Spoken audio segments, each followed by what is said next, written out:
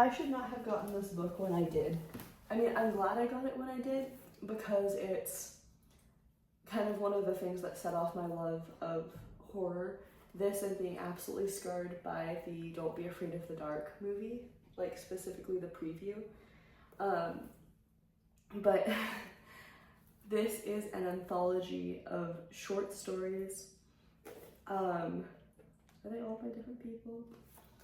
Yes, they're all by different people. So Michael Mayhew, Benjamin Gorman, Stephen Taylor, Edith Weil, Ed Marsh, Joshua Mertz, Christian Ulm, Benjamin Gorman, who did one of the ones at the beginning. Bullfrog is by Stuart Chapin, John Taylor and Jody Taylor, Edith Weil again, Benjamin Gorman again, Joshua Mertz, Stephen Taylor, Susan Lambert, Matthew Mayhew again, Joshua Hicken, Joshua Mertz, Carrie Curtis Smith. I don't know why you think you can walk on those, Boggy. So the ones that I would particularly highlight in this book, it's been so long since I have, I'm gonna do this in no particular order because it's been a while, and the ones that stand out to me, I feel like, are the ones that I'm going to have the most fun talking about.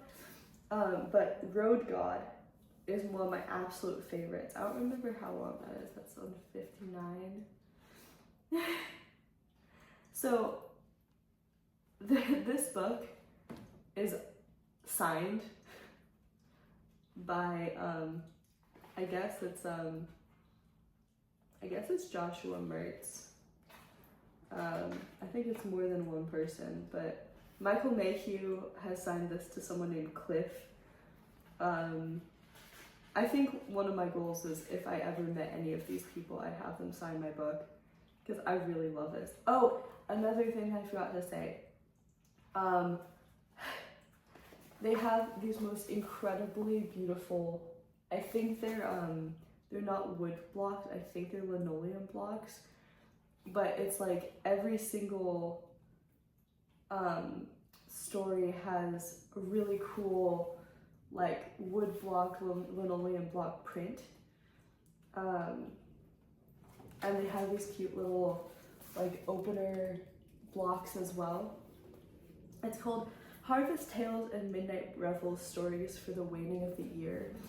And the reason why I loved Road God is because I love taking road trips. And so it's one of those things where you can totally like see it.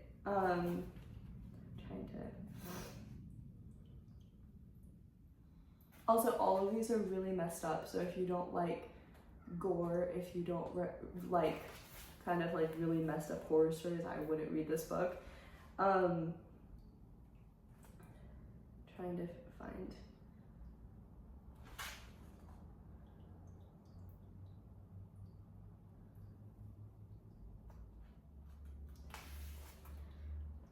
This one is a hard one to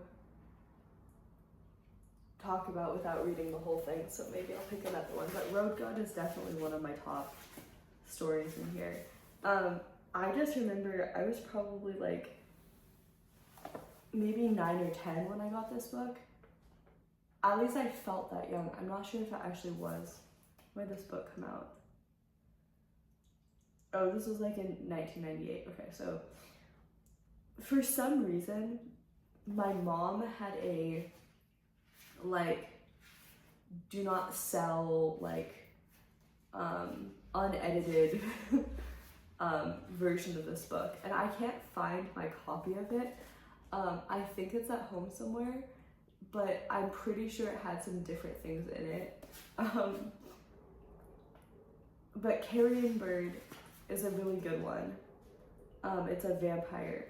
Oh, and also, I forgot to say that every one of these stories has like a preface. So it's like kind of a reason why they're in the book. So in this one it says from 1993. So it says when it was written, and then it's like an artist's note, you know, like an artist's description of why they wrote the short story.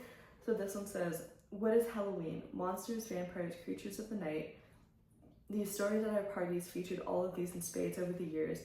Usually only one or two monster stories would show up at any given party. Some years though, without prior agreement, most of the stories would coalesce around a single theme, as if all the authors were resonating in tune with the broader zeitgeist. 1993 was the year of erotic love stories. Most of the stories that year touched upon themes of love or sex or both. Carrion Bird was no exception. But I thought I was being different. Carrion Bird was written in response to a small press magazine that published only erotic vampire stories. I was tickled by the notion that a magazine would have such a narrow focus. What on earth was there left to say about vampires, particularly after Anne Rice? What erotic thing was there to say? The thought gnawed at me, and shortly thereafter I began to write this eccentric love story, which was finished just in time for the party. Then, during the readings, I was amused to discover almost every writer had similar things on their minds. What is Halloween? Sometimes it's sex.